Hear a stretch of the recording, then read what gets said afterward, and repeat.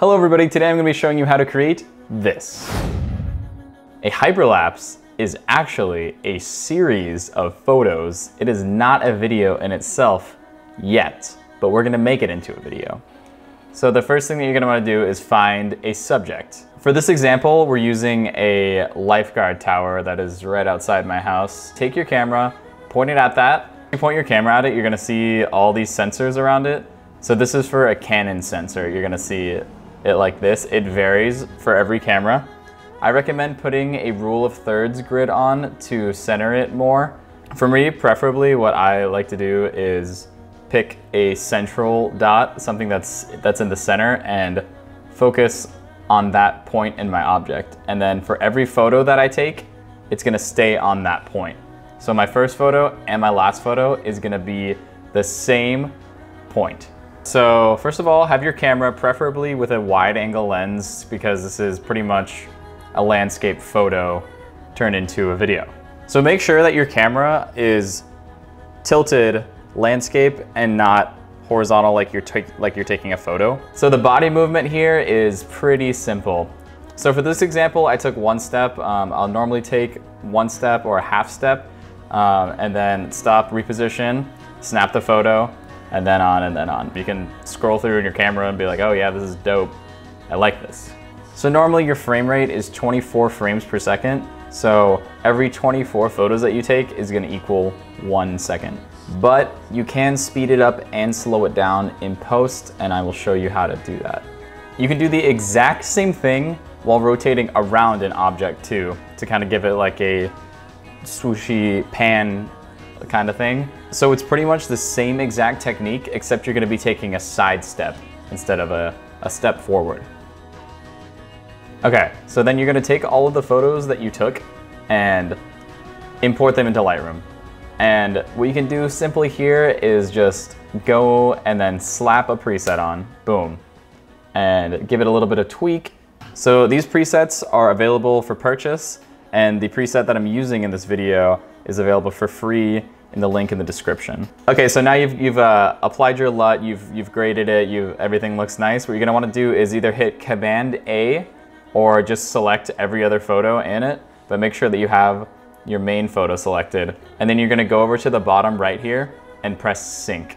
And then a window's gonna pop up. So if you've cropped it at all and you want that to like go through, then you can click that. Just make sure that everything checked is what you want it to be checked, and then click synchronize. And then you're gonna see a little square in the bottom of each picture. And that means that it's been applied, and you can just export it. You don't have to wait for each of them to individually load. So what you're gonna do now is you're gonna create a new separate folder for them.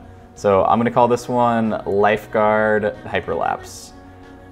And then choose, and then make sure that your file naming is set to custom name -sequence.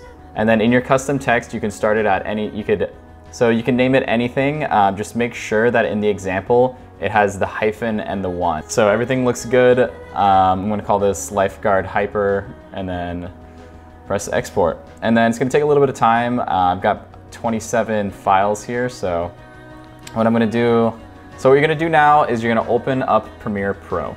Okay, so once you open up Premiere Pro, you cannot just drag it into it and it'll work. What you have to do is either click on your project and right-click Import Media, File, Import Media, Command-I, whatever way. There's like 700 ways to import media, but you have to either hit Command-I, right-click, Import Media, and have the window open where it allows you to import them.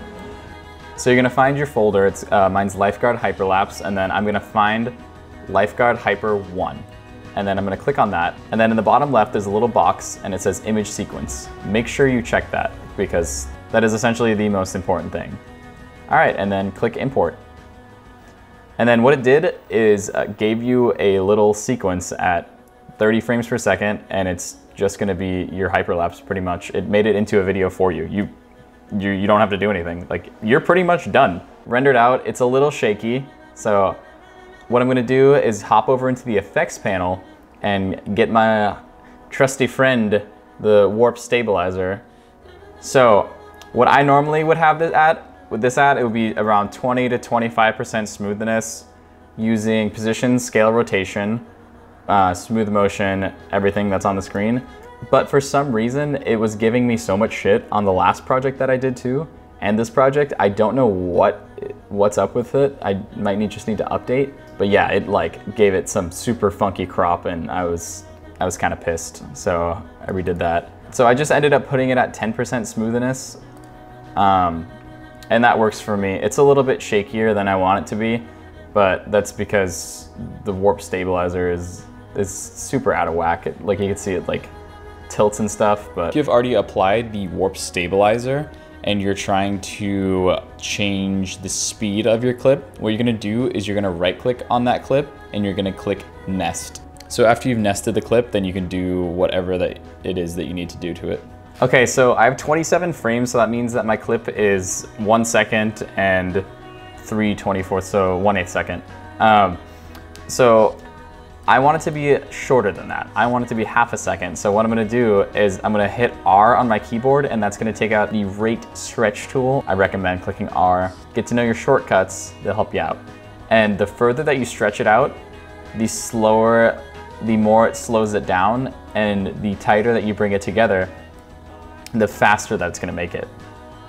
So the benefit of using this over right-clicking and go into the speed and duration is you have a lot more control over the length of your clip, and you can see exactly how long it's gonna be. So this is pretty plain by itself, so what we're gonna do is add a whoosh sound.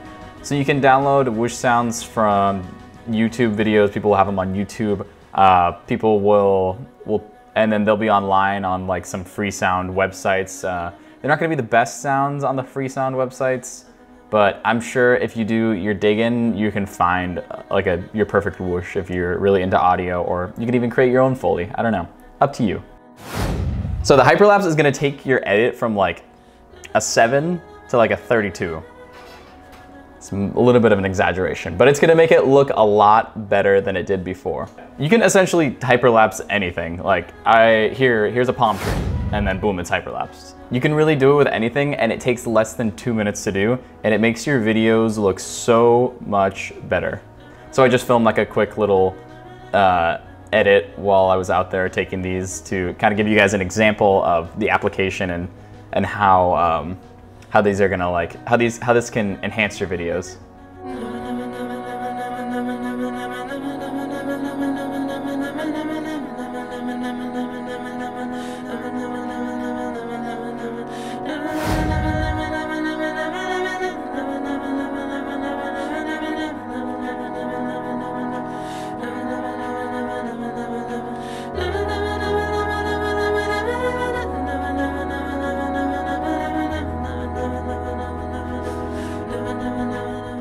Thank you guys so much for watching. I really hope that you enjoyed this video. Please subscribe, like, and comment on this video, and with more suggestions on what you want to see next.